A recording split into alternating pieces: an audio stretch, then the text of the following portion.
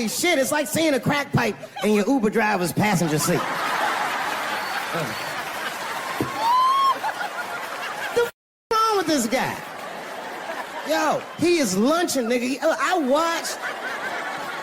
watched Donald Trump in a press conference, and this all the media gathered, and this nigga literally asked the media to their face to stop finding shit out. I was like, yo, this is bugging. And then, I'm not even making this up, his lips started sweating. His lips. Have you ever seen his lips sweat? What was this nigga's lips? It's like if you're on a plane, right? You ever been on a plane? I get scared to fly. I do it all the time. I be scared on there. And sometimes the plane will hit turbulence. And then I get nervous. But I always look at the flight attendant, and she looks calm, and it makes me feel calm. But if that bitch's lips were sweating, it's terrifying. Like, yo, nigga, why are your lips sweating? What do you know?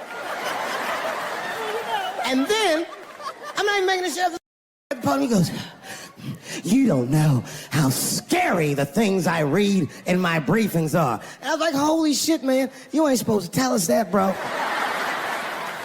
That's bad leadership. Even as a parent, you think I'm gonna sit my kids down? Hey, little man, come here real quick. I was gonna holler at you for a second. I'm 3 months behind on the rent, nigga, and I am worried. Very worried. Go to school and have a productive day, nigga. I was just thinking out loud, getting some shit off my chest. I'm like, what are you doing, bro? This is bad, man. Jesus Christ. All this ideas sound like high people ideas. Like he doesn't think these things through before he tells us. He just tells us what he's thinking as soon as it occurs to him. This shit sounds nuts. I'm gonna go to China, and I'm gonna get those jobs from China and bring them back here to America.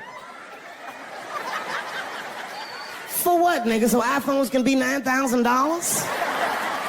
Leave that job in China where it belongs. None of us want to work that hard. Thinking. I want to wear Nikes. I don't want to make them shits.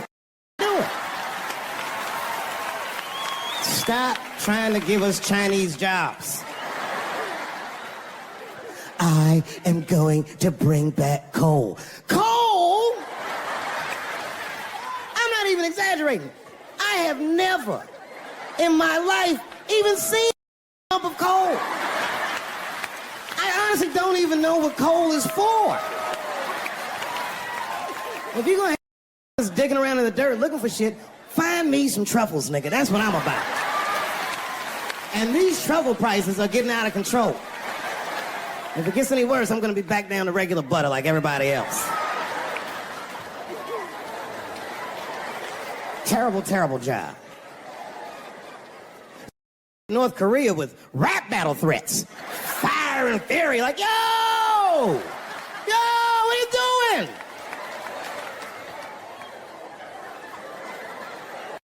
Korea, man. Kim Jong-un is a scary motherfucker. He might be as crazy as Trump. Some scary shit. And if you one of them naive that thinks that a war with Korea is going to be easy, then you don't play Call of Duty at 3 a.m. like I do. Because that's when the Koreans play. The old Korean kid took out my whole goddamn platoon last night.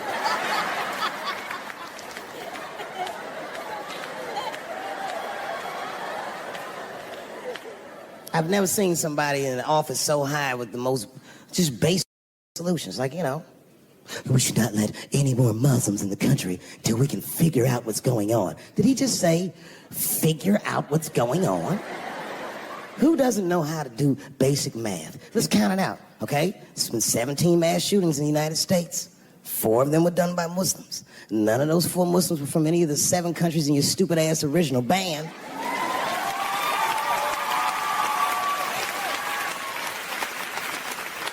And since he brought it up, the other 13 shootings were done by the Tiki Torch Whites.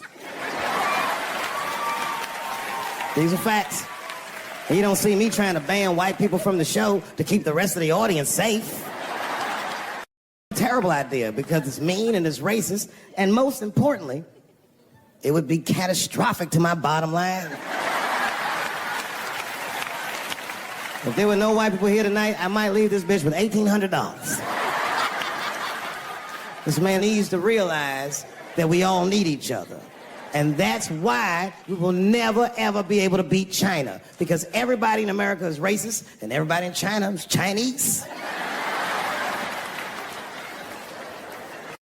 Called it all wrong.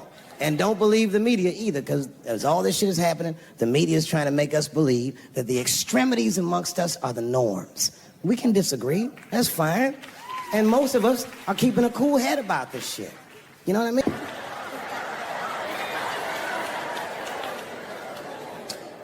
Sometimes I think that the media is hard on Trump, because I'll see shit that they get on him about that doesn't seem bad to me. And they got on Trump about not staying in the White House enough. This motherfucker was rich. Used to shit in a gold toilet. It's true. I don't know if you've ever been to the White House. It looks like a very nice place to work, but I wouldn't want to live in that Scooby-Doo ass house either. That shit's terrifying looking. Imagine you trying to jerk off in the crib and Abraham Lincoln's just looking at you like...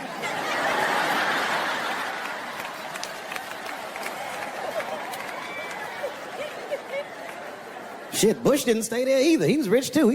I'm going to my ranch in Texas. Obama fucking moving to the White House like, this is a nice place. Look at this rug.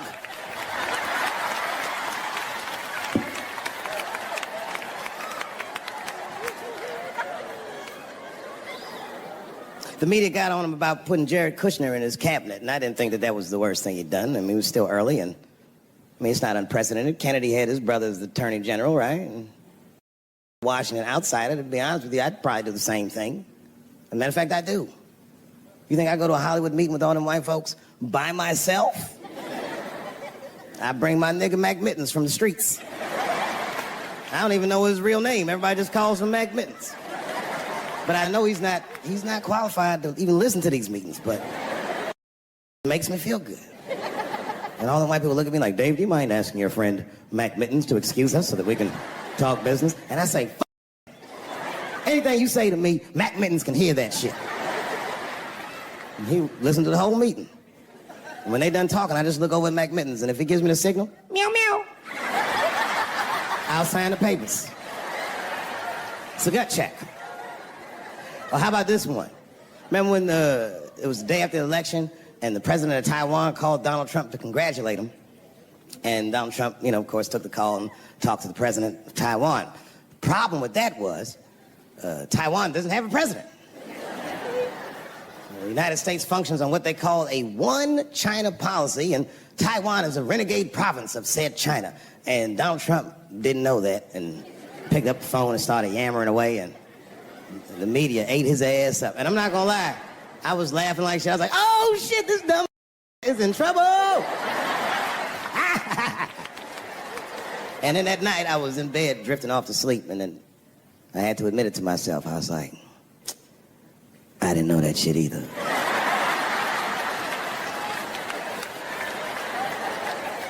And then I realized the media got the story wrong. The story wasn't that Donald Trump took the call. The biggest story is that nobody told Donald Trump not to take the call. That's terrifying. God damn, nigga, you don't have a Mac Mittens on your team? It wasn't like they were calling the White House. They were calling the switchboard at Trump Towers, and they were getting through. Anybody. Mr. President, there's a Ricky Ticky Tabby on the phone for you? Yes, put him through. Hello, Ricky Ticky. Good to talk to you. Mr. President, there's a John Jacob Jingleheimer Smith on the phone. Oh, his name is my name, too. Put him through. Hello, John Jacob. Let's talk business. You know what I said? That's all I said. First of all, I'll tell you right now what I said. And I will tell you that this was not a joke. It's a true story. And I just happened to tell it. All right, what happened was I went to a gallery party, all right? I don't know who in here has ever been rich before, but these are very nice parties. You know, wine and cheese and baller conversation. And there was a few eccentric types, one of which was a very wealthy man that happened to be wearing a dress. I don't know what you call him, man. He was a tranny or drag queen, perhaps. Whatever it was definitely a man. And this man was definitely on drugs. I don't know what kind of drugs he's on, but I knew he had too much. He didn't look good. It's like this, he's like, he looked sick. And all his friends were standing around him, concerned, trying to revive him. I don't know whether it looked like some kind of gay CPR, this fanning and shit.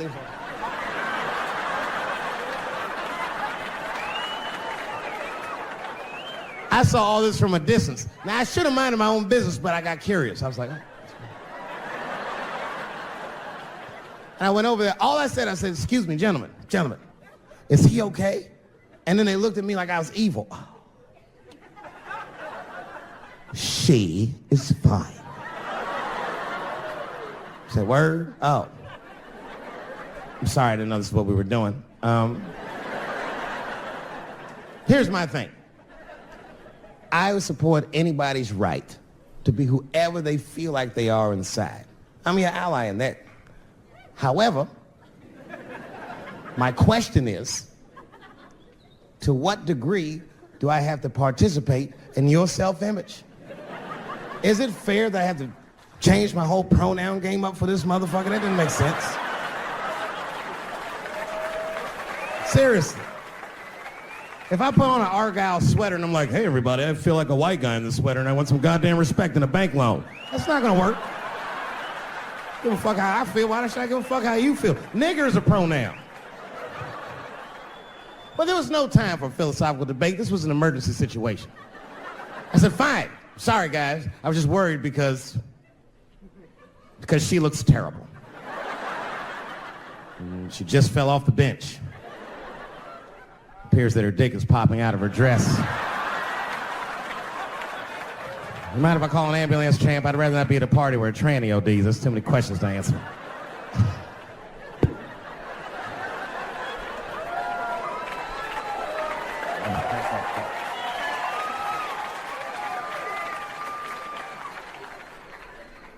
Okay, I've been through this before. I had a friend from high school. Now, in high school, this guy was a thug, right? He was a fucking dope boy. He did it all. He's a wild dude. People used to be very scared of him. And then after high school, word on the street was he'd come out the closet. I personally didn't believe it. I bring him up because last year, he calls me out of the blue like, yo, what's up, man? I got your number from so-and-so, and I heard you're going to be in New York doing a show. Could I get some tickets? I was like, fuck yeah, get some tickets, man. How you been? He said, well, we'll catch up at the show, man, but yo, I appreciate it. I'll see you soon. I said, all right, man, take care. And I was about to hang up, and I couldn't resist. I was just like, hey, nigga, I heard you was gay. What's going on with that?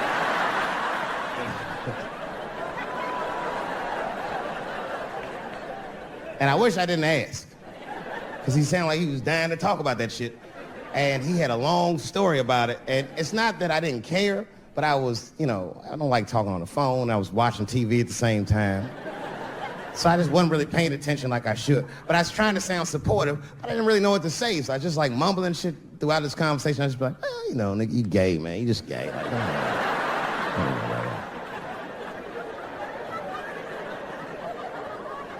This went on for a while, and then finally I had to say something like definitive to get him off the phone.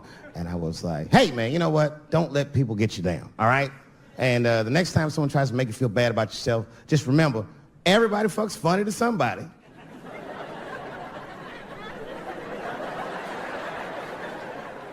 He didn't like that shit. He's like, what the fuck does that mean? I said, huh? He said, you saying I fuck funny, motherfucker? I said, no, that's not what I'm saying. I'm saying everybody's different. He said, you ain't say different, nigga. You say it funny. What's so fucking funny about the way I fuck? And I said, hey, man, I fuck feet. He said, what? Oh, this is not a joke, ladies and gentlemen. I get women to squeeze their feet together like this, and I fuck them right in that little space in their feet. But you can't build a community behind that shit. There's no flag for us. That shit made him laugh. And the next day, after the show, I saw him backstage. He was like, yo, what's up, man? I'm like, oh, shit, what's going on? And he had his buddy with him. He goes, Dave, I want you to meet Manuel. Manuel's my fiance. We're in New York getting married because it's legal here. I said, well, congratulations, fellas. And Manuel was like, gracias. And he went to go get some drinks. And then my buddy looked at me, he was like, so Dave, what do you think? And I started mumbling again. You gay, nigga, you just gay. He said, yeah, I'm a little nervous about getting married, man. It's a big step. I said, yeah, it is. It's a big step. He said, well, you've been married for a while. You got any advice for us? No, I'm married to a woman. Sorry about that. And they corrected me. He said, no, you married the person that you love. So it's essentially the same. I said, you know, man, the problem with that statement is that it makes the assumption that I love her. But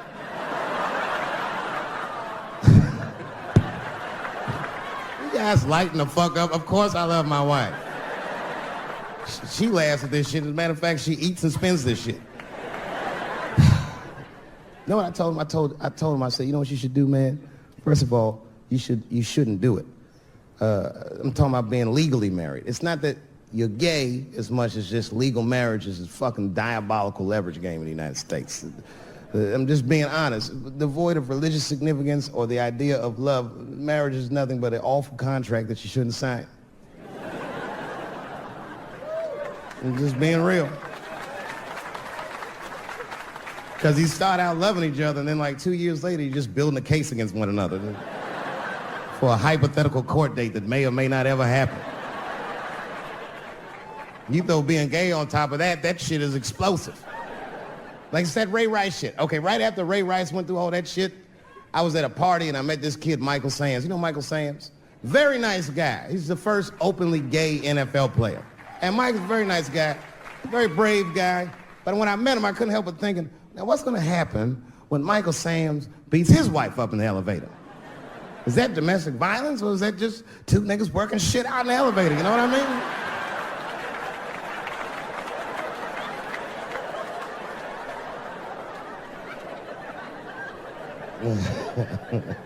Anyway, I give all married men the same advice, gay or straight. Get a dog. This dog will love you all the time, but she's not going to. It's real talk. I didn't even know about dogs, and my kids got the dog. They brought him home from the shelter, and I didn't even want him. They're like, can we keep him? I said, nope. I said, where'd you even get this dog? They're like, we got him from the shelter. I was like, ew. Probably something wrong with him. We can't keep him. And then my kids started crying and screaming like the dog had gambling debts. Please, Dad, if you don't let us keep him, they're gonna kill him. I was like, oh. All right, you can keep him. And this dog was a menace. I hated his guts. Then one night I'd smoked a bunch of weed and I was eating a sandwich and Baba came over. Baba's the dog. He came over and was staring at me. This will make you very uncomfortable if you're just looking at you usually.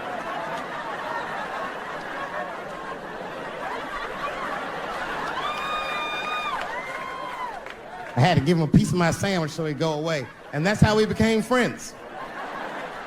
Now, if you see me walking down the street with Baba, I ain't got no leash or nothing. He walks right next to me. If I stop, he'll stop. And if I go, he'll go. And all my friends are like, yo, Dave, that shit is dope. How you train Baba to do that shit? I've never trained Baba. I'm just a messy eater. If I drop food and Baba's not around, all I gotta do is call him. Baba! He's a black dude's dog, so he doesn't come right away. He peeks first to see what's going on. They eat nasty food. All they ate was corn and shit. Doritos, I think they call it. That's right. People only see the surface. They see the division in our foods. Just because I eat chicken and watermelon, they think that that's something wrong with me. Let me tell you something. If you don't like chicken or watermelon, something's wrong with you, mother. Something wrong with you. Where are all these people that don't like chicken and watermelon? I'm sick of hearing about how bad it is. It's great. I'm waiting for chicken to approach me to do a commercial, nigga. I'll do it for free, chicken. It's the least I can do. They make fun of Latin people for eating, what y'all eat? Beans, rice, corn. Listen, that's not a reason to hate, all right? It's funny, but it's not a reason to hate. The only reason these things are even an issue is because nobody knows what white people eat. You've been very good at keeping that shit a secret amongst yourselves. I study white people. You don't know that. I'm writing a paper on you.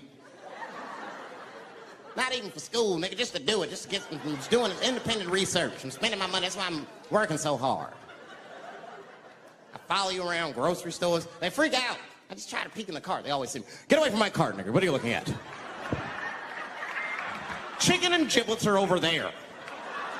You must be lost. These are vegetables.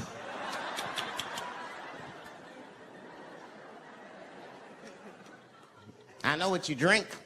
See how quiet I got? Grape juice. Surprise, didn't know I knew about grape juice, did you? Oh, don't play dumb with me. Look at what is it? A lot of black people don't have the privilege of knowing about grape juice because they have grape drink. It's not the same formula that you get. Ain't no vitamins in that shit. You might have one of your black friends over. Todd, would you care for a glass of grape juice? What? Nigga, what is juice? I want some grape drink, baby. It's purple. I don't think I know what a grape drink is. What? I have some apple juice if you want. What is juice? I want some apple drink. Scream.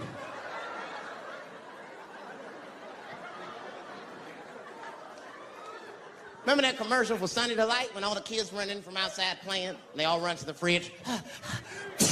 All right, I got some purple stuff, some Sunny D. As soon as you say Sunny D, all the kids go, yeah! Watch the black kid in the back. If you ever see that commercial again, look at that black kid. He'd be like, I want that purple stuff. That's drink, nigga. That is drink. They want drink. I want all them vitamins, nigga. I went drink. Sugar, water, purple. That's the ingredient. Sugar, water, and of course, purple. It's two. I got a lot of things to talk about tonight. First of all, I've stopped smoking weed. With black people, you didn't let me finish. God damn. I'm sorry, black people, to break the news so publicly, but I can't smoke with you anymore. Every time I smoke weed with my black friends, all you talk about is your trials and tribulations. I'm sick of that shit. I got my own problems. Nigga, that's a waste of weed. I'm smoking weed to run away from my problems, not take on yours. From now on, I smoke weed exclusively with white people. Calm down. You win by default. You got good weed conversation. All white people talk about when they get high is other times that they got high. I can listen to that shit all night. Dude, remember at Frank's last week? Smashed, man. And catalogs everything they drink. 2 shots of Jaeger, tequila, 4 bong hits, man. Beer, cheeseburger. That shit is great. Only bad part is you cannot pass out around white people. Every time white dudes pass out around each other, they always do some borderline gay shit when the guy's asleep. Frank fell asleep, so he stuck a carrot in his ass and put shaving cream on his balls. Why, motherfucker, do that to a friend of yours? He trusted you enough to sleep around you, gonna put a carrot in his ass? Is that nice? I tell you right now, if I put a carrot in a black dude's ass, a nigga will kill you when he wakes up for some shit like that. That is an automatic death sentence on the street. It's a rap for you. I'm gonna kill that. I thought y'all was friends, baby. What happened? I fell asleep at his house, right? We was drinking, and I fell asleep at his house, and while I was sleeping, right? I'm just gonna kill that, all right? That's all you need to know.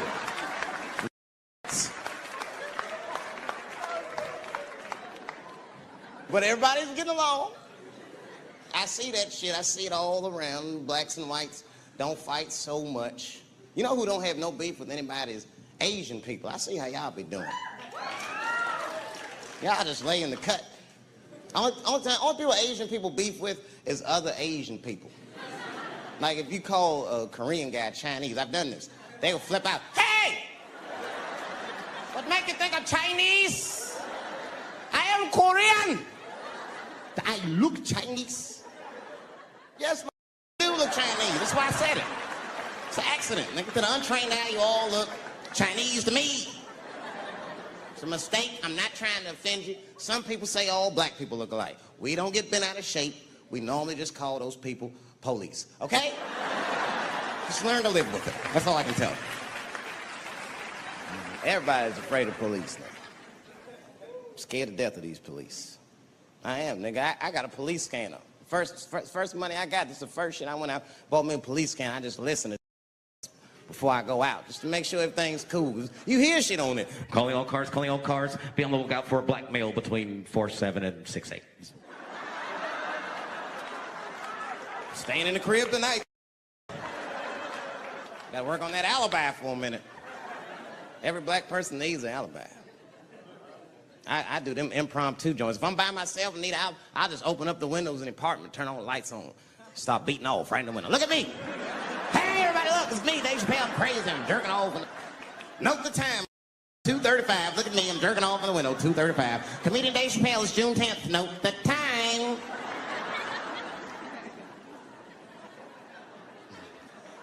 That shit could save my life. Officer David Chappelle couldn't have done that. I saw him in his window masturbating from 2:35 to 2:37. I'm certain of it. He was standing on a clock and holding a calendar and today's paper. The alibis. I can't be no celebrity. This shit is just the worst. I'm seeing it. I see why stars are crazy now. I went to Disney World with my kids, which is a big deal for me. I don't get to see my kids so much. I do Chappelle show 20 hours a day. Sleep for like half an hour, raise my kids for 10, 20 minutes, and I go back to work. Now, this particular day, I got to hook up with the kids. We went to Disney World. Everybody at the park. Hey, I'm Rick James, bitch. Hey, I'm Rick James, bitch. It's like, hey, man, hey. You mind not calling me a bitch in front of my kids? Time out. We take a day off. Even Mickey Mouse did it. I said, this is the most unprofessional shit I have ever seen in my life. Rick James, bitch. Oh, I was fed up. I caught that with an uppercut. Bop! Knocked his head clean off. Everybody was screaming. Oh my God, oh my God. Mickey Mouse is Mexican.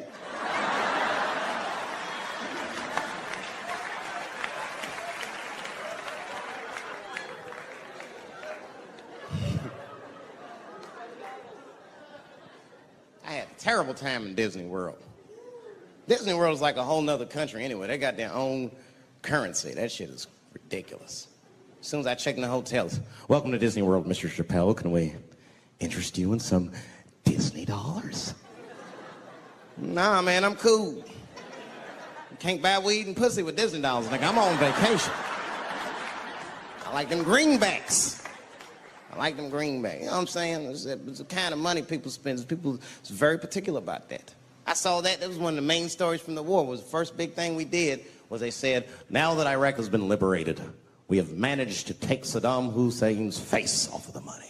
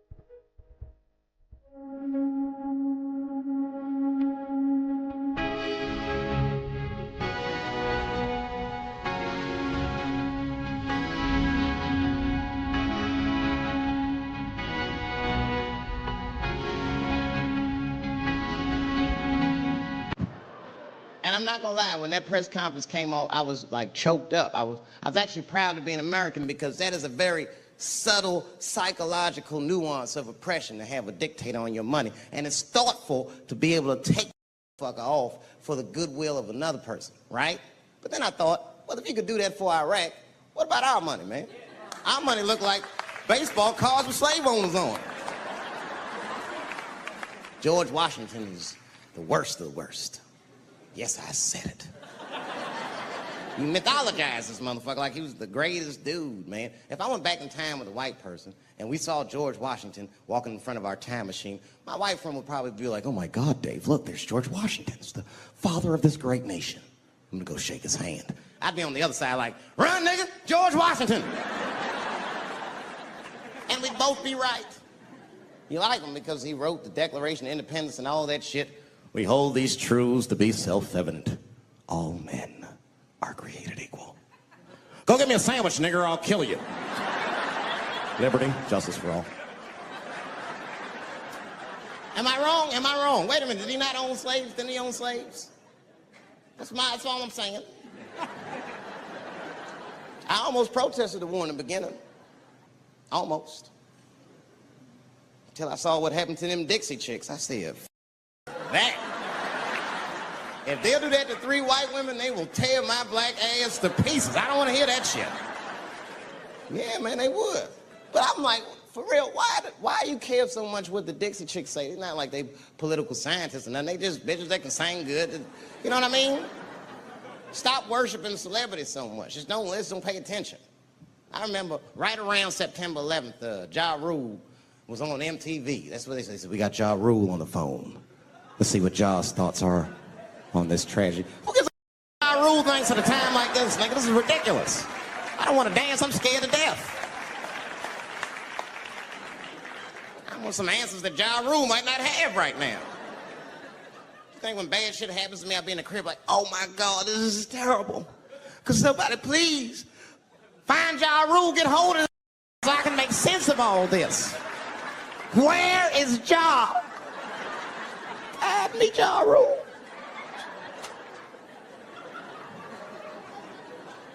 I don't even know why people listen to me. I'll say anything, nigga. I've done commercials for Coke and Pepsi. I don't give a what comes out of my mouth. I just say what it takes. Whatever it takes, that's what I'm saying. If you want to know the truth, can't even taste the difference. Surprise! All I know is Pepsi paid me most recently, so tastes better. It's pretty much how the game goes. I'm just being real, man. There's too much goo-gagging over celebrities. People don't know what's fake and what's real anymore. That's why Bill Cosby got in trouble. Look what happened to Bill Cosby. Bill Cosby said some real shit, and the whole world freaked out on him. For what? For having an opinion? Just because he was selling pudding pops for the last 40 years, people forget that he's a nigga from Philly in the projects, and he might say some real shit from time to time. It's not that big of a deal. I spoke at my old high school, and I told them straight up, if you can...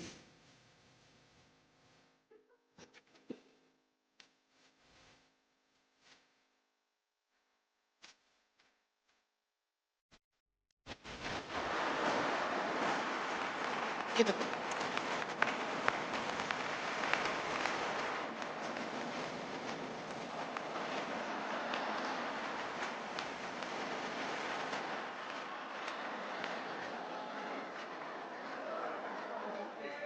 I just hope they listen.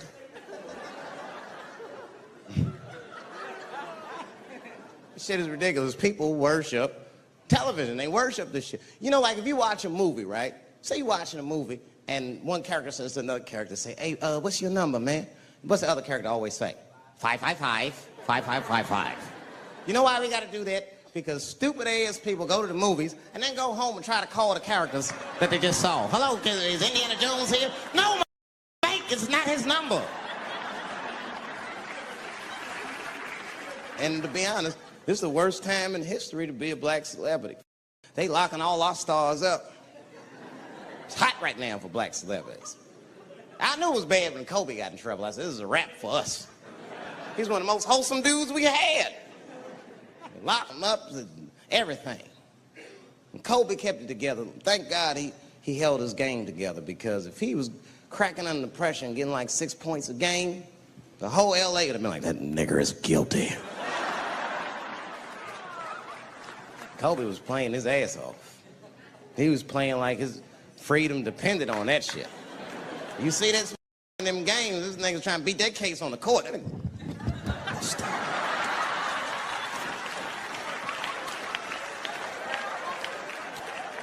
Like the judge threw him the ball, like, play for your freedom.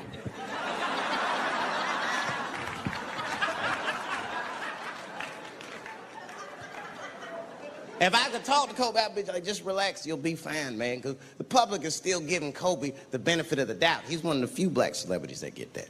Not because he's a celebrity, more because, you know, the girl showed up with 8 different semens to the investigation. You can't do that. That's 7 too many. That's a lot of semen, man. This bitch got Noah's Ark in her panties. Like, what, you trying to recreate humanity or something? She's a collector. She got every unsolved mystery. The answer might be in this girl's paint. That's the first place I look. OJ's other glove is in there. Bigfoot's footprint. 3 CSI reruns is in there. We got the most diabolical draws ever. A celebrity. This is not the time to be a black star. They're locking all our stars up. Black celebrities, this is a witch hunt for us, man. God damn it. It's all OJ's fault. Ever since OJ got away, white people have just been locking up our stars one by one. It's true. And it's not even OJ's fault. It's our fault. We celebrated too openly when OJ got acquitted. We should have been quiet about that shit. As soon as they're not guilty, niggas just damn. Oh, in your face, nigga, in your face. It hurts, don't it? It hurts. Burns, doesn't it, nigga? Ooh, that justice system burns, doesn't it? Welcome to our world, man. White people wanted OJ's ass bad. City LA spent over $12 million just trying. And the look on white people's face when he was acquitted, priceless. Priceless.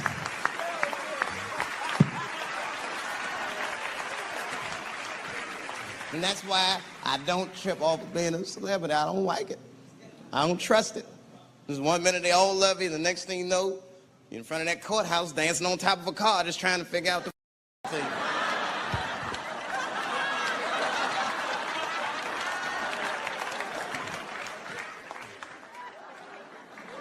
That's what I'm waiting for, because the timing of this Michael Jackson shit is what makes me doubt it. Every time there's wars going out of control, or the economy gets bad, or something is wrong with the world at large, it's always these moments in history that Michael Jackson will coincidentally jerk off a kid. This is getting ridiculous. Like, are you planning this shit? Do you have meetings? Michael, thank you for coming. As you know, Michael, the war has not been going as well as we expected. There's been a lot of hiccups, and the public is asking us a lot of questions, of course, and well, Michael, there's no nice way to say this, and all I know how to do is be direct, so let me just be direct. We're gonna need you to jerk off another child, Mike. I'm sorry. I am sorry. But it would really help out.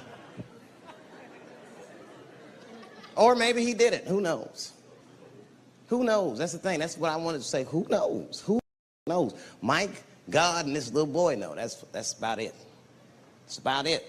The only reason that I can even talk about this shit is because everybody is speculating. They all think he did it. And I don't think he did it. I'm alone in this. I don't think he did it.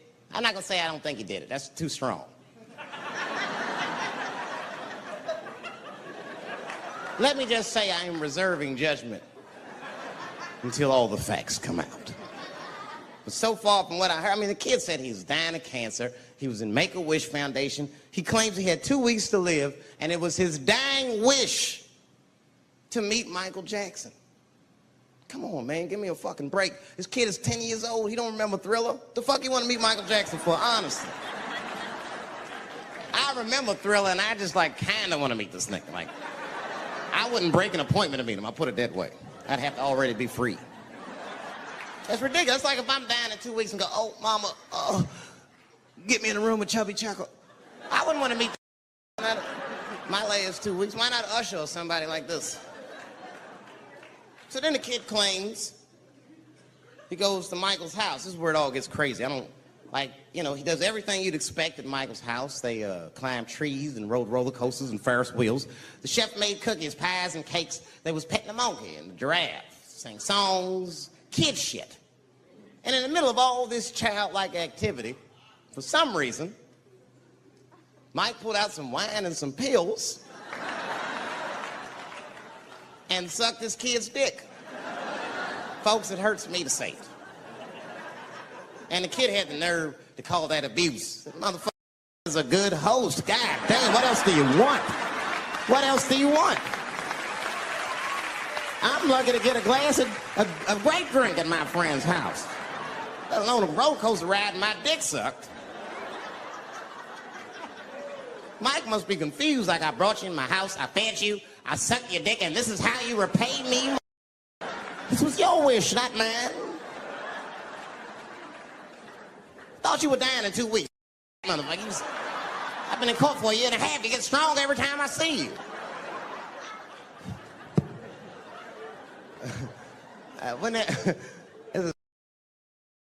Wouldn't it be some ironic shit if they found out through this case that the cure for cancer was Michael Jackson sucking your dick somehow? Like if Mike had powers like Green Mile and all the kids like, please, Mike, suck our dicks. Never again. You didn't appreciate it. Can we at least study your saliva? Please, Mike.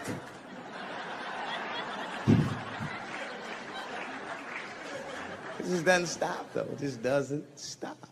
And the only reason I can talk about Mike is because he's a freak. He is a freak. That's why people let you talk about him. Because if I brought up Kathy, it'd get quiet as shit. But about a year ago, there was a mixed martial arts match, professional fight, unprecedented, never happened before.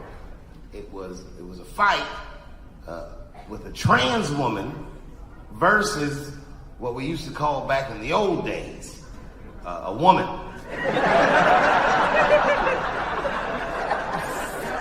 It's a pretty shocking fight. Can't believe that an athletic body would sanction such a bout, and yet it happened. And normally, I don't gamble.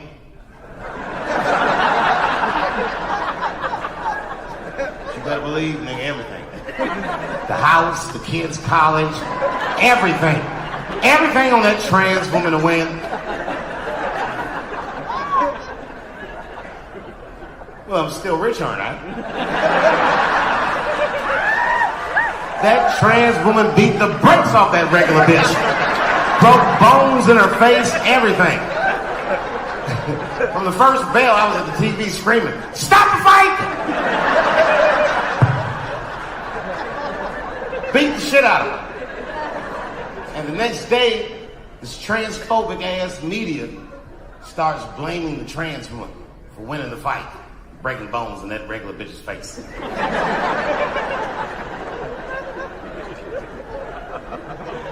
But we know the truth. I want to be politically correct too. But goddamn it, that was that regular one's fault, bitch. That was dangerous. You know what the fuck it is. You know what it is. You're fucking crazy. You're gonna get yourself killed. If I put some lipstick on Mike Tyson, you want to fight him too, bitch? What are you doing? What are you doing?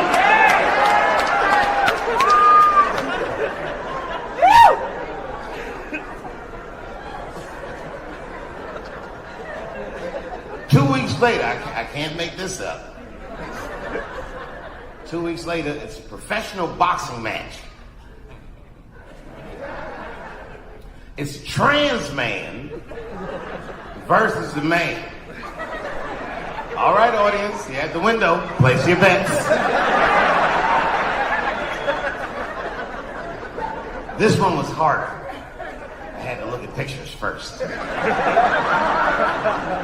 I saw them pictures, I was all in. Everything on this trans man. My wife said, "Don't do it, David." I said, "Shut up, bitch, I know. Sure enough, the trans man prevailed. That motherfucker knocked that regular man out inside of the first round. And the guy that he knocked out was Mexican.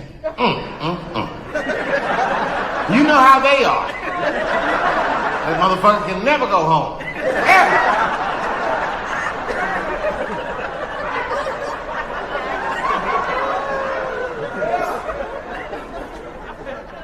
My wife was shocked. She said, David, how did you know that trans man was going to win? I said, elementary. Now look at this picture. Common denominator is testosterone. Whoever has the most testosterone will always win. And I saw that picture, that trans man. That motherfucker had a full beard. This nigga looked like Mos Def.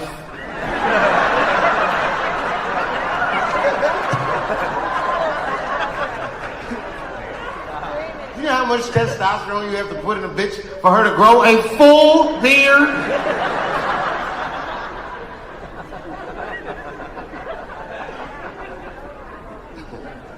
A trans man, that can fool you fellas. I saw one on television. You'd have never known this was once a woman. It was a trans man, but the motherfucker had only finished half of the surgery. The top half. From his waist up was just all nigga. Like his shoulders was broad, beard, mustache, everything. And voice was all deep. Hey, how you doing? Like all that shit. But when that nigga stood up from the desk, he was like, yo, my man. Them some beautiful hips, nigga. Where you get those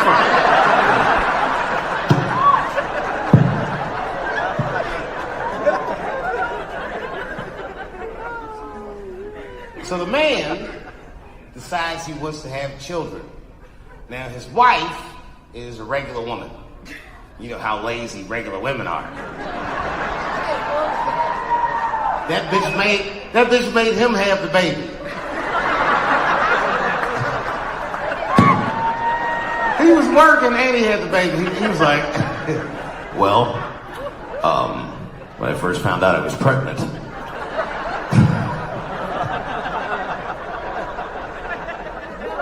it was important to me that I worked throughout my entire pregnancy. I did. I worked the first 8.5 months.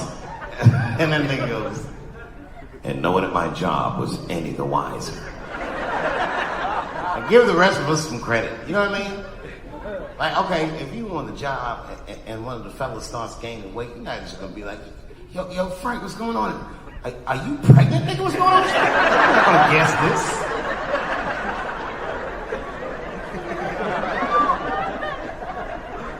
Apparently, somebody found out. And whoever found out told a bunch of people, and then the niggas started getting like death threats. Like at one point, he brings Diane Sawyer into his study. He's like, I want you to hear something. And he presses play on his answering machine. It's fucked up, man. It's like one just terrible message after another. Real mean shit. Like, I hope you die, and I hope your baby dies.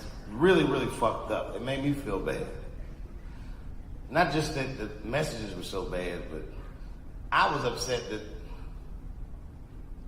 this nigga still has an answering machine. I mean, what the fuck? Who is this guy? How is your phone so far in the past and your body's all the way in the future? They're like, who are you?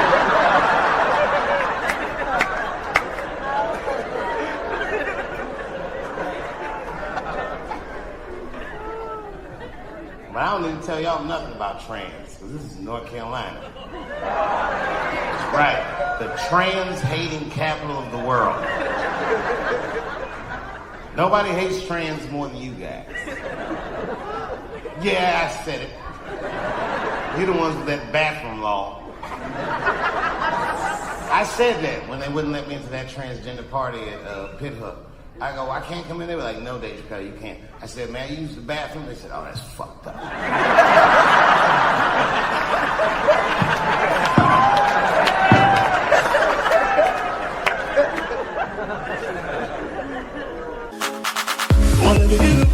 Don't fall for me, don't put your trust in me, don't even lie for me. I want you, honey, I don't get Emotional, if I don't pick, I pick up. Don't come for me, don't. Whatever you do, don't fall for me. North Carolina's bathroom law says a person in North Carolina must use the restroom that corresponds with the gender they were assigned on their birth certificate. Yeah, I know. I don't care what you think, but that's not fair. No American should have to present a birth certificate to take a shit at Walmart in Greensboro.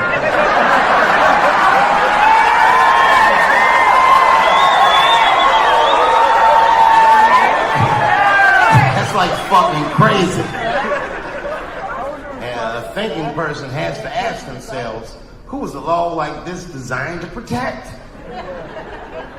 Imagine it was me. Let's say they're protecting me. Transphobic Dave Chappelle. And there I am at Walmart in Greensboro doing some shopping. I should tell you, if this ever happens in real life, just know that my dreams didn't work out. Made way too much money to ever be seen in Walmart again. But let's say something goes wrong. There I am in Walmart, rummaging around all that bullshit.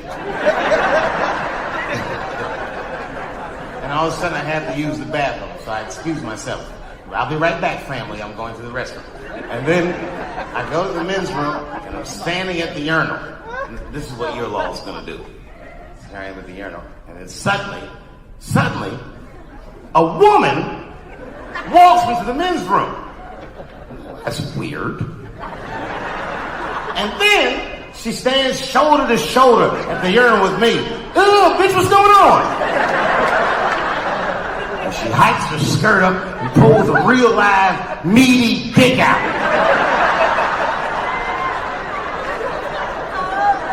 What do you think I'm gonna say? Thank God she's in here with me. At least now I know my family's safe. Fuck no! I'm gonna be very uncomfortable. That's me. I would feel better if it was a man with a vagina. It backed up to the urinal next to me.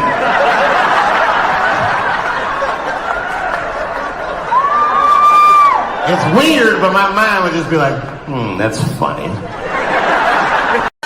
I know it's fucked up, but I tell you the truth. You know, everything's funny. Everything's funny till it happens to you. 3 months, a mere 3 months after that terrible attack that Chris Rock endured, I was on stage at the Hollywood Bowl, and a lunatic jumped out of the crowd and attacked me. Now, I gotta tell you, if it happens to you, you don't even know what the fuck is happening. It was like slow motion. I just looked over. I don't know this nigga. And I was looking and said, oh my God, I'm being attacked.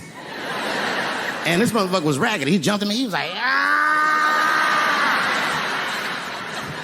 I'm old, but I'm fast. I caught this motherfucker's head with my hand and pulled his hoodie over his eyes. I can still feel his head in my hand. It was spongy. He had been growing dreadlocks. Not the beautiful dreads that breastfarians grow. These were accidental LA homeless dreads. This shit had leaves and sticks and bottle caps and shit in it. Some kind of grease. I was like, ugh, like this. And then I fell down. And he knocked me all the way on the ground. And I was like, man, this is a bad situation. I'm like, I don't know if I'm gonna die or what's gonna happen. But in that moment of vulnerability, you know what occurred to me that had never occurred to me before in my life?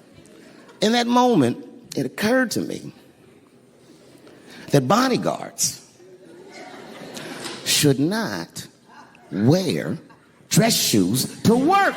Travis! This nigga Travis came out slipping and sliding on some kind of beautiful loafer and fell flat on his back. I said, oh my God. Now both of us are down. I gotta handle this shit myself. So I popped that back, boom. And then the kid that knocked me down, he popped out, boom. And we looked at each other and realized at the same time, I was bigger than him. And that motherfucker took off running. And I started to chase him and I said, fuck him. And I picked the microphone up. I said, I'm gonna finish this show. Now, That's right.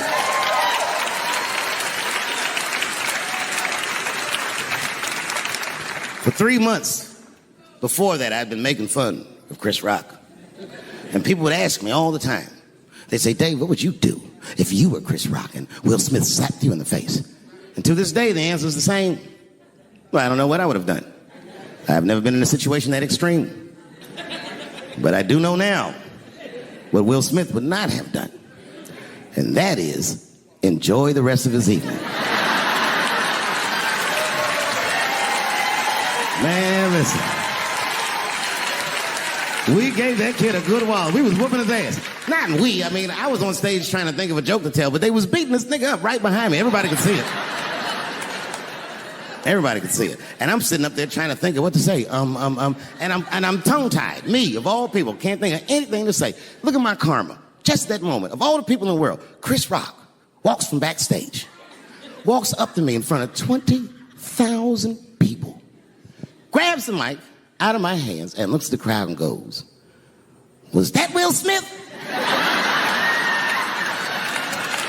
Man, motherfuckers fell out of their chairs laughing. I was standing there looking stupid. I was fucking furious because I'm thinking in my mind, nigga, this is my attack. You got attacked 3 months ago. Now you have jokes. So I snatched the mic back from Chris and tried to get one off, but my shit did not go good at all. I didn't know what to say. I was just like, it was a trans man. And the crowd was like, boo. It's LA, we like trans people, boo. I know, I felt so bad. I felt so bad. But I know why I did it.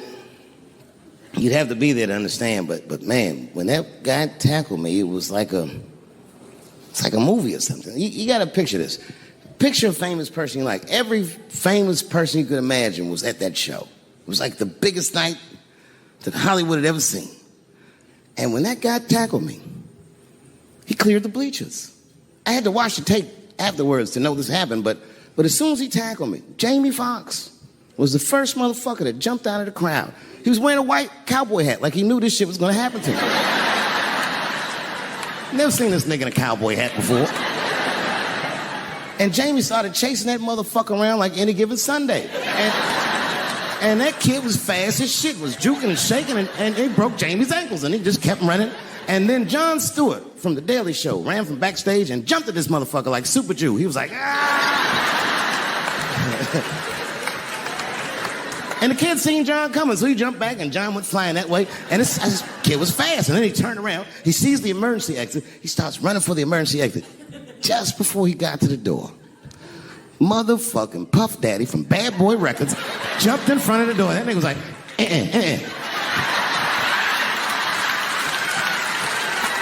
Boy, Puffy got that motherfucker. And then every celebrity just ran out because every celebrity saw themselves in me, and they just started beating the fuck out of that kid. And I know Chris was backstage looking like, nobody helped me. Everybody hates Chris.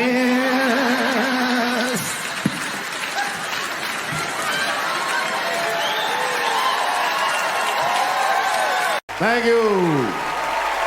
Thank you. I like not knowing what's going to happen. I like making memories. Sometimes I do all this crazy around my colleagues just so that they can tell their friends I did it.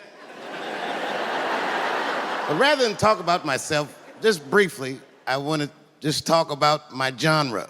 Stand-up comedy is an incredibly American genre. I don't think any other country could produce this many comedians. And unbeknownst to many people in this audience, I don't think there's opinion that it exists in this country that is not represented in a comedy club by somebody. Each and every one of you has a champion in the room. We watch you guys fight, but when we're together, we talk it out. I know comics that are very racist, and I watch them on stage, and everyone's laughing, and I'm like, that mother means that.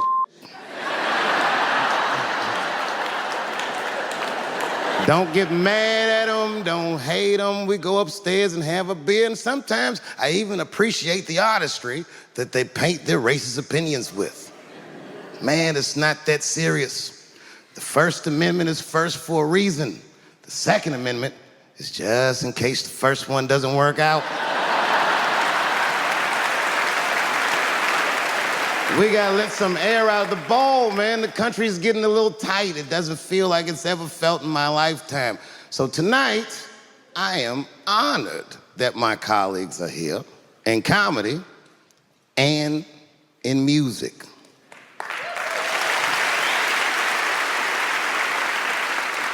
And I want everyone in America right now to look at me. Look at me smoking indoors.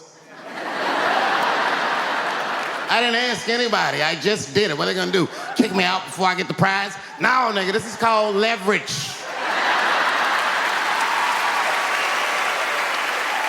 The thing that I liked best about tonight was that I saw so many people from different parts of my life, like friends that I grew up with here in DC, friends of mine from Ohio then and now, friends of mine from comedy clubs, all the musicians that blew my mind. You guys have no idea how you inspired me. I want to give a special shout out to my OG, Tony Woods. Miles Davis has a quote. It's one of my favorite. Miles Davis said so much cool shit, but one of the things he said I always loved, he said, it took me years to learn how to play like myself. You know, he would watch other musicians and he would try to play like Dizzy or Bird, or all the guys who were great. Tony Woods was my Dizzy and Bird if I was a Miles. I was trying to play like you. You were the first person I ever saw do it absolutely right.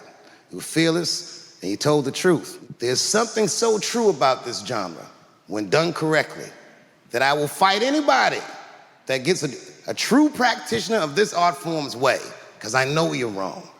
This is the truth and you are obstructing it. I'm not talking about the content, I'm talking about the art form. Do you understand? Do we have an agreement? And what I really wanted to say tonight, and I'm glad I get the platform to do it, I'm gay. I am gay, and I can't wait to see what this does for my career, being gay like this. So many special shout outs. One of the main architects of the comeback of the century, my brother and my mentor, the mighty Stan Lathan. I never dreamed that I would be able to work with someone as great as you. These last 5 specials, straight fire. I wouldn't want to do another special with anybody else but you. So eat your mother vegetables and live as long as you can, because we doing a few more of these bitches. Neil Brennan, your speech made me cry, because it reminded me of all those hard days of work and all that money I never got for it. The other real special shout out I gotta make, because none of this would have been possible on any level without this person, is my mother. Mom. My mother. Mom. You have no idea what I put this woman through. If you had just given birth to me, that would have been more than enough. But the fact that she raised me and raised me well, we had a real oral tradition in our house. I knew the word griot when I was a little boy. A griot was a person in Africa who was charged with keeping the stories of the village. Everyone would tell a griot the stories, and they would remember them all so that they could tell future generations. And when they got old, they'd tell them to someone else. And they say in Africa, when a griot dies, it's like a library was burnt down. And my mother used to tell me, before I ever thought about doing comedy, she said, you should be a griot. And she'd fill me with every story of black life. You know, she's educated in African-American studies, and she would let me understand the context that I was being raised in, that I'm being raised in a hostile environment that I have to tame. By the time I was 14 years old, I was in nightclubs, mastering an adult world. It was terrifying. The crack epidemic was going on, and my mother would hear gunshots outside and be scared to death. Maybe it's my son. But early in my career, if you remember, Mom, you used to sit in the club with me. She'd do a full day of work, You'd be back there falling asleep just waiting for me to go on. She would watch my show every night. Do you know how long that car ride is home?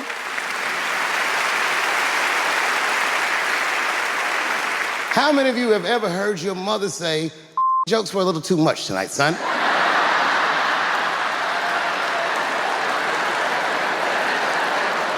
I was a soft kid.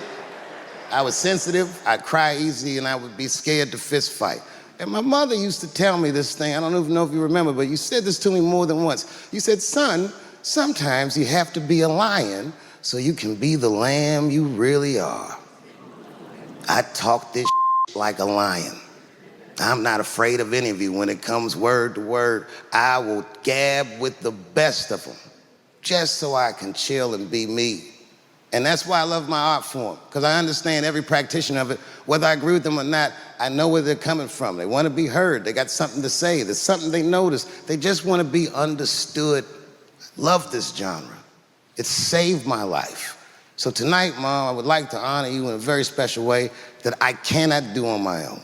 But because now I'm a man with great and influential friends, I'd like to ask my man Thundercat to come out on the stage. Thundercat, the Mighty Most Def. Washington, D.C., thank you very much for giving me a home and a place to start. Today is officially Dave Chappelle Day in Washington, D.C. The mayor declared it last night.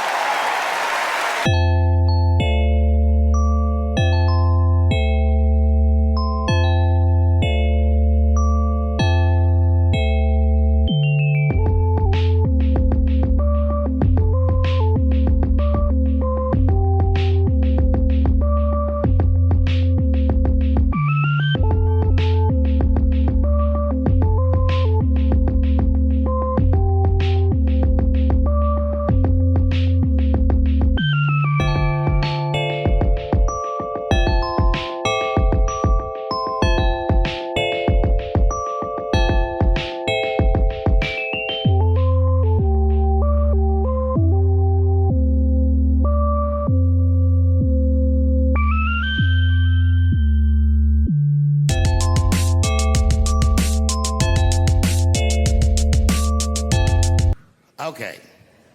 Before I did Killing Them Softly, when I was 22, HBO gave me the biggest opportunity of my life at that time. They gave me a half-hour special, but this shit was not like a special, you know what I mean? It was generic. It didn't even have a title. It was just Dave Chappelle. And I shot it in San Francisco at a place called Broadway Studios, which is on the second floor of a building. And beneath Broadway Studios is a nightclub. And the special was only supposed to be 30 minutes. And I got ready, I practiced, I did all the shit I was supposed to do. And the night that I taped, 20 minutes into my 30-minute set, I'll never forget this, music started blasting from the nightclub underneath. You could hear it real loud, and it fucked my whole show up, and I was devastated. I was a young man. I really believed in what I was doing, and I thought that my dream had been killed. So when I got off stage, I ran down the steps to the alley behind Broadway Studios and where the control trucks are parked, and I kicked that motherfucking door open, and I started yelling at all the producers. I was nobody in show business, just a guy that believed in us. I said, man, you fucked everything up. That fucking music, what the fuck were you thinking? And there was a guy who was a big-time producer, I ain't saying no names, and he stood up, and he said, hey, kid, sit the fuck down. He said, we didn't ruin anything. He said, we made a deal with that nightclub to not play music, and they didn't honor the deal. And I said, who didn't honor the deal? And he pointed to a guy. I'll never forget it. It was an old white man sitting in the Ford Taurus by himself. And he said, that guy right there. And I didn't waste no time or ask no questions. I went to that Ford Taurus, and I beat on that window, and I said, open the door, motherfucker, I want to talk to you. And that old man looked at me for 1 second and wisely drove the fuck off. And left me in the alley cussing at anybody who would listen. And 2 minutes later, literally 120 seconds later, couldn't have been any more than that, the doors of the kitchen in the alley of that nightclub underneath Broadway Studios flung open. And that old man was standing there, that same old man with reinforcements. He had two big goons with him, and he looked at me, and he was calm as a cucumber. He said, "You, come here. I want to talk to you." I didn't know anything about the streets at this age. But I found out later in my life that these men were Russian mobsters. And I don't know what you guys know about the Russian mob, but these are the niggas that killed Denzel in Training Day.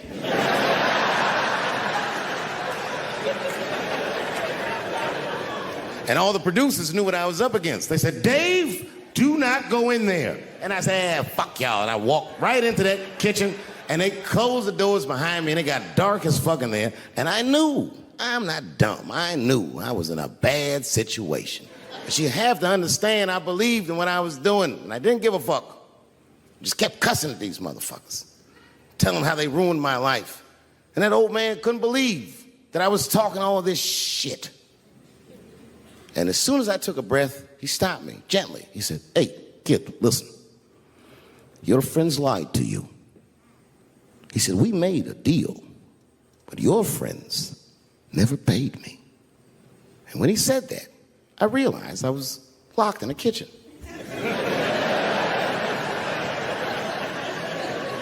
I realized he was telling the truth, which would make me wrong. And the very moment that I realized I was wrong, for the first time, I was afraid. You see, it's a funny thing if you believe you're absolutely right. You can get drunk off the feeling of how right you are. That's why gay people are so mean.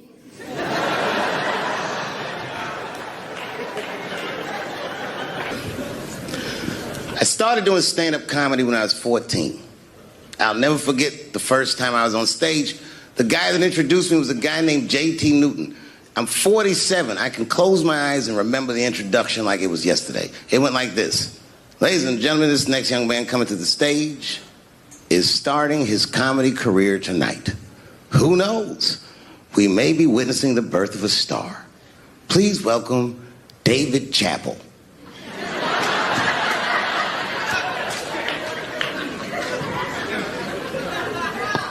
From the first time that I ever held a microphone, I was sure this was it. I knew I was home. I knew I had found my thing. And my God, man, I was a child. I got good. Matter of fact, I was good from the moment I started. And I'm not saying this to be a braggart. I'm telling you the truth. These old niggas was in awe of me. How is this little boy so poised? They used to say. I was. I mean, you know, I got better, but it started out good. About a year into it, when I was 15 years old, I had written a joke during the AIDS epidemic about having a Goodyear condom. Something, I don't even remember the joke. Something about an industrial strength condom by Goodyear. I just remember all the comedians really liked that joke. And there was an older comedian. And he came to me one night after the show, after he saw the joke, and he said, "Listen, I got an audition at another comedy club, and I was wondering, do you mind if I do that joke? I just want to borrow it." Now, I'm a kid. I don't know any better. I'm like, borrow it? Well, I guess, sure, if it'll help your career. I let him do the joke. And then weeks later, I was waiting to go on in a comedy club, and he went on before me, and he did the joke. And after the show, I pulled him aside, and I said, "Hey, man, I don't mind you borrowing my jokes, but you got to give them back." He said, "Oh, I forgot to ask you." He goes, "Let me buy that joke from you for $50. And I said, "Man, I'd do it, but I'm just starting out. I need all the material I can get." The idea being that the more material I can accumulate, the faster I'll be able to make money for my work. I said, "I can't do it. I want my joke back." I'll never forget this. Remember, I was a 15-year-old child. This guy was a grown-ass man.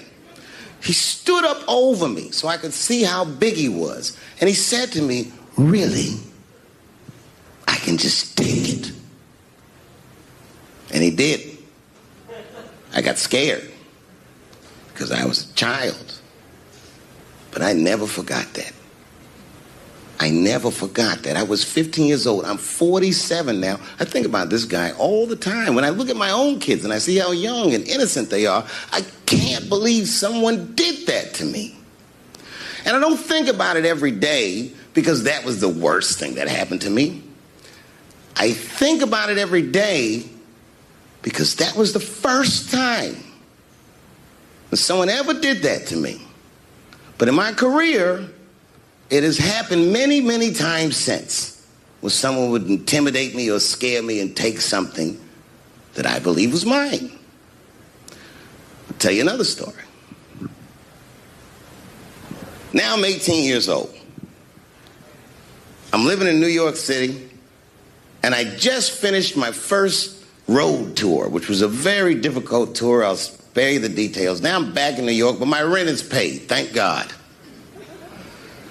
And I have $60 to my name, and a woman that I had met in Pittsburgh, a bad Dominican bitch, was coming to New York. She was going to spend the weekend with me. I couldn't wait for her to get there. She was coming that evening. But remember, I only had $60 for a whole weekend to entertain a bad bitch. Now I'm walking through Greenwich Village, and I see something I've never seen before. 3-card Monte. You know what that is? Yeah, the guy had the whole thing. The table was set up, and he had the 3 cards, and the crowd was hooting and hollering, and he was like, find the red card, find the red card, and people were playing. Sometimes they win, sometimes they lose, but it was really exciting, and I'm standing there watching it, and I noticed while I'm watching them play this game that the red card, the one you're trying to find, had just a little bend on the corner. And I'm watching it, and I'm like, yo, this guy doesn't seem to know that red card is bent.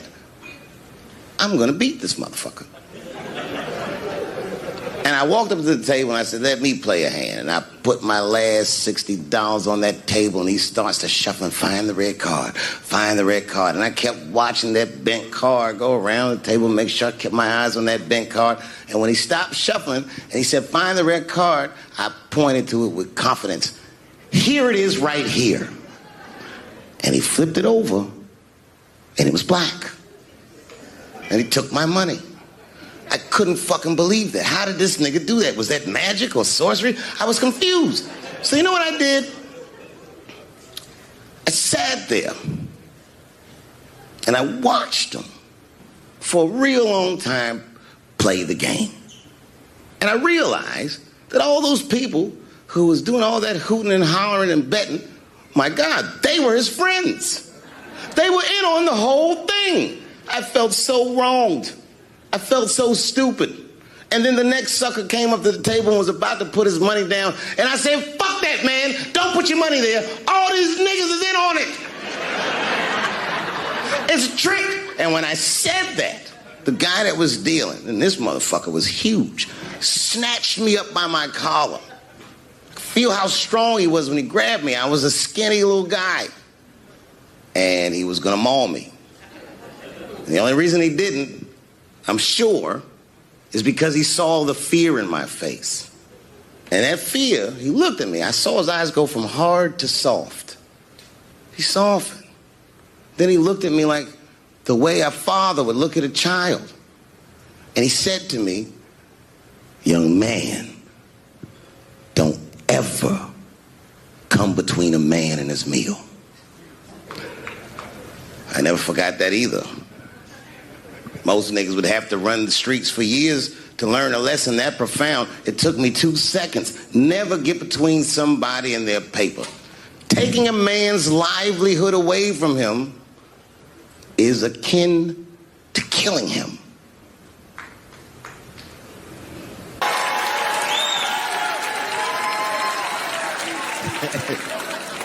Look, it was way more intense than what you guys might have read. I don't know what you read, but the kid, while we was beating on him, reached in his waistband, pulled out a .22 caliber pistol. That shit was mayhem. Everybody started screaming, oh my God. Oh my God, he's got a gun. He's got a gun. And then I got scared. I was in the back, but I was scared. Because I knew that everybody that was with me was armed. Yes. if they had shot and killed this kid on stage at the Hollywood Bowl, like I pay you to do, Travis,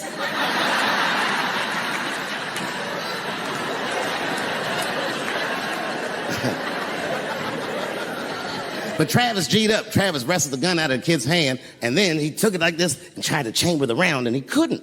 So he pulled the trigger, and it wasn't a gun. A knife blade popped out of the front. I guess this kid was gonna stab me. Some scary shit. So the next night, even though I didn't have a show, I said, I gotta get right back on stage. And I went and did a show. And someone in the audience screamed out, Dave, what happened with the attack? And I didn't know there was journalists in the room. All I said was that this nigga had a knife that identified as a gun. I got 6 more weeks of bad press for that joke. I didn't even do nothing to this nigga. That's not right. That was not right. And then the New York Post went to the jail and interviewed my attacker like he was some kind of hero. And I read that interview. It turns out the entire attack was my fault. Yes, I triggered him. I didn't mean to. I had done jokes about the homeless. It turns out this young man was homeless. And I mean, there's no way I could have known this. But I will say, for a homeless guy, this nigga had incredible seats.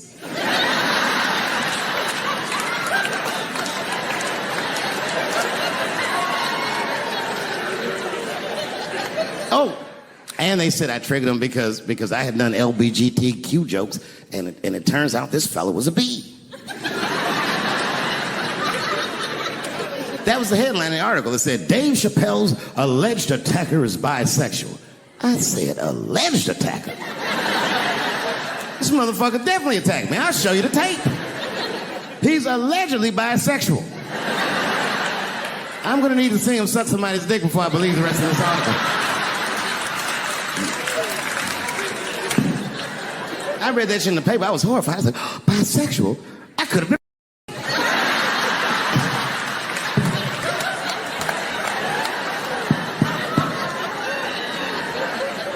No, you know what, though? It's not funny because after all that madness ensued, I went to the hotel room.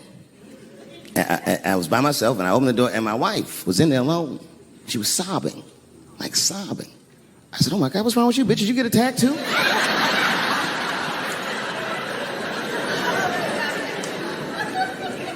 And she's crying. She said, oh my God, David. She said, if you had died tonight, me and the kids would have nothing.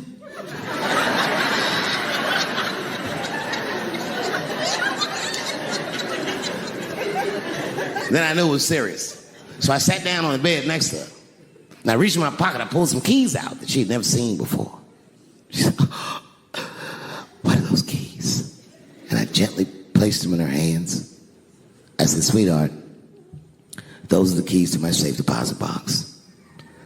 God forbid anything ever happen to me. But if it does, don't even worry about it. You and the kids have everything you need in that box. I've already taken care of it.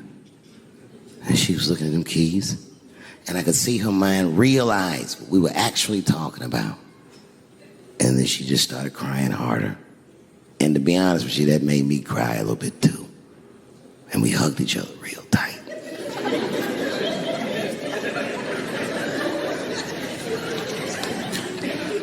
Do you know this bitch looked in the box while I'm alive and well?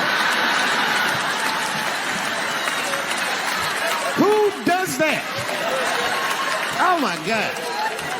And then she was mad at me. She said, God damn it, David, I opened that box. I said, you did?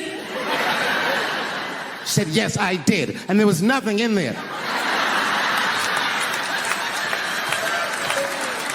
I said, nothing? Oh. She said, nothing except your stupid joke book. I said, whoosh. I said, well, sweetie, look. If you tell those jokes exactly how they're written, you and the kids should be fine. They're really good jokes.